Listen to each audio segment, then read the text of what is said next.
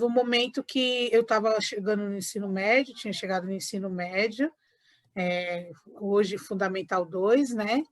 E eu não podia fazer faculdade. Eu lembro até hoje eu conversando com a minha mãe, e a minha mãe falou assim: filha, como que a mãe vai pagar a sua faculdade com salário de empregada doméstica e o seu pai pedreiro? Não tem como, né? E aquilo me deixou bem triste. E aí eu me peguei olhando assim para os lados na escola, eu ia terminar a escola e eu não ia ter como pagar a minha faculdade. Eu queria muito fazer faculdade.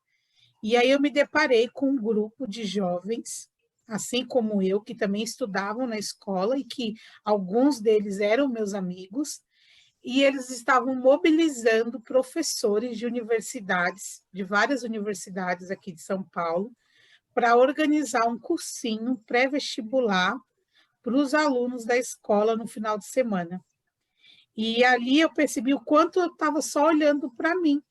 Eu falei, olha que bacana, né? Eu aqui preocupada apenas com a minha educação, se eu vou ou não entrar para a faculdade, e eles estão engajados para poder ajudar não só eles, mas ajudar toda a escola que está com vários jovens que não têm dinheiro para pagar a universidade. E aí foi que eu me envolvi no Grêmio Estudantil da escola, eles faziam parte do Grêmio Estudantil. Mais para frente, eu me tornei presidente do Grêmio Estudantil. Acabei parando na União dos Moradores de Paraisópolis, a convite do Gilson, que ele era esse jovem que estava super engajado, transformando a escola. E aí ele foi para a União e me convidou para ir lá para fazer trabalho, para tocar projetos, levar a juventude para dentro da sede da União dos Moradores. E lá eu comecei meu trabalho social através da educação.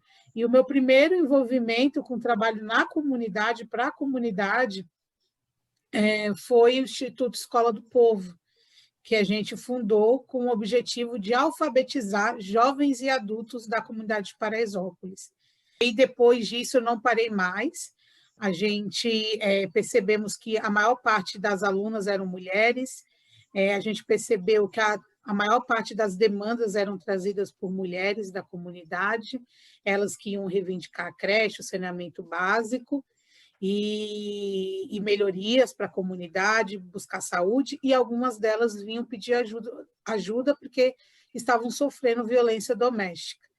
E aí, em 2006, nós nos juntamos, e quando eu falo nós, eu, mais outras mulheres da comunidade, um grupo bem misto de mulheres aqui de Paraisópolis, e nós decidimos fundar a Associação das Mulheres de Paraisópolis para promover o empoderamento através da geração de renda, porque a gente percebeu que a mulher na periferia que sofre a violência doméstica, a grande parte depende do companheiro financeiramente, né? Foram mães jovens, pararam de estudar muito cedo, e aí elas têm uma dificuldade maior de se inserir no mercado de trabalho, né? E aí tem todos os outros obstáculos, né? A falta de vaga na creche, que a família não tem uma rede de apoio, e aí essa mulher ela acaba ficando totalmente dependente financeiramente do companheiro. E aí a gente começou com os cursos de capacitação profissional. Essa jornada toda, eu acabei tendo um relacionamento abusivo. Por 1 ano e 9 meses eu sofri violência doméstica, quase virei estatística de feminicídio.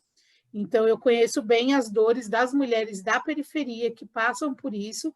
A gente sabe que a violência ela está presente independente da classe social e econômica, só que nós mulheres da periferia que ainda tem, que passa por essa situação, a gente sabe dos desafios e o quanto é difícil superar o ciclo, né, de violência, quanto que é difícil, nem todo mundo, nem todas têm uma rede de apoio e tal. E aí isso me fez ficar mais ativista do que eu já era pelo combate à violência contra a mulher. E aí vem o empreendedorismo, né? Como eu falei, a gente viu a importância da independência financeira da mulher da periferia, para que ela pudesse vencer o quadro de vulnerabilidade, a violência doméstica. E aí eu comecei a empreender.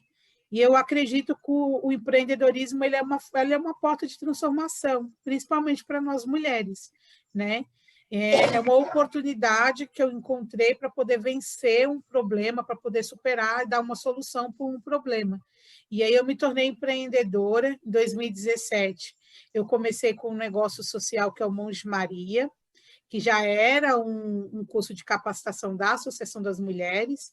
O nome eu até falei para vocês lá no dia, lá em março, quando ele se encontrou, porque a primeira turma de capacitação profissional eram mulheres que se chamavam Maria, tinham Maria no nome, né? É uma história muito forte, um nome muito comum, muito brasileiro também.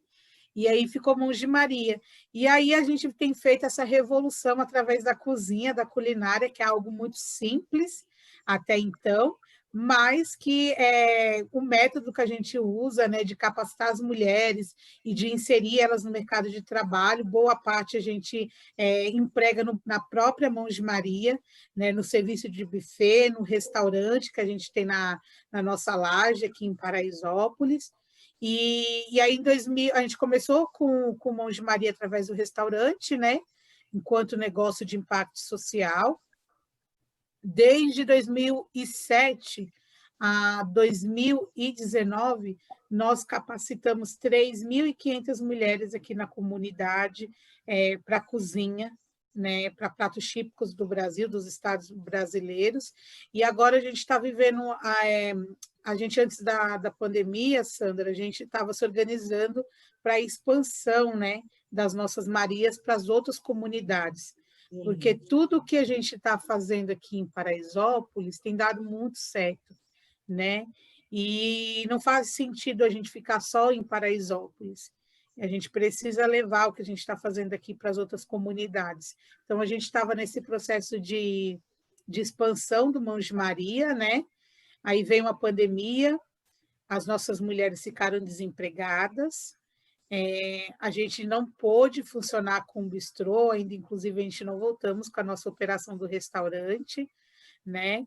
E aí veio a fome, junto com o vírus veio a fome também. Boa parte das pessoas hoje das comunidades, não falo só de Paraisópolis, mas no geral, que estão sem emprego, são mulheres, né? Infelizmente, e está com a dificuldade de garantir o sustento, a alimentação. E aí, como empreendedorismo é um processo de transformação na nossa vida, a gente não ia ficar de fora dessa. A gente até tentou fazer home office, mas não deu, né? Não é a nossa realidade, não é a nossa realidade de quem mora na favela. E aí a gente começou junto com o G10, as favelas, a fazer a operação das marmitas, né? Que é uma marmita solidária. A gente juntou o apoio de todo mundo, inclusive contamos com o apoio de vocês, né, que nos doaram 3 fogões maravilhosos, que garante a produção aí de milhares de marmitas por dia. Até o final do mês de julho, nós estávamos entregando, distribuindo para a comunidade de Paraisópolis 10.000 marmitas por dia, feita por 22 mulheres aqui da comunidade de Paraisópolis, todas elas remuneradas, graças a Deus, e o esforço coletivo de amigos e parceiros que se mobilizaram para garantir isso nesse momento de pandemia, né? E agora, com a diminuição das doações, a gente está distribuindo 4.500 marmitas, né? A gente está aí firme e forte, tentando acolher o máximo de pessoas possível, e temos o protagonismo, como sempre, da mulher, que é sempre aguerrida, sempre participativa, mesmo muitas delas mães solo, ainda assim, elas encontraram tempo para poder cuidar de outras famílias, para poder acolher os vizinhos, os amigos, que infelizmente nessa pandemia está passando por essa crise aí, e que a gente está torcendo, né, pedindo muito aí para que passe logo, né, para que a gente possa ter um pouquinho de paz, assim, né, espiritual que seja. Mas é basicamente isso aí a minha história nesse momento.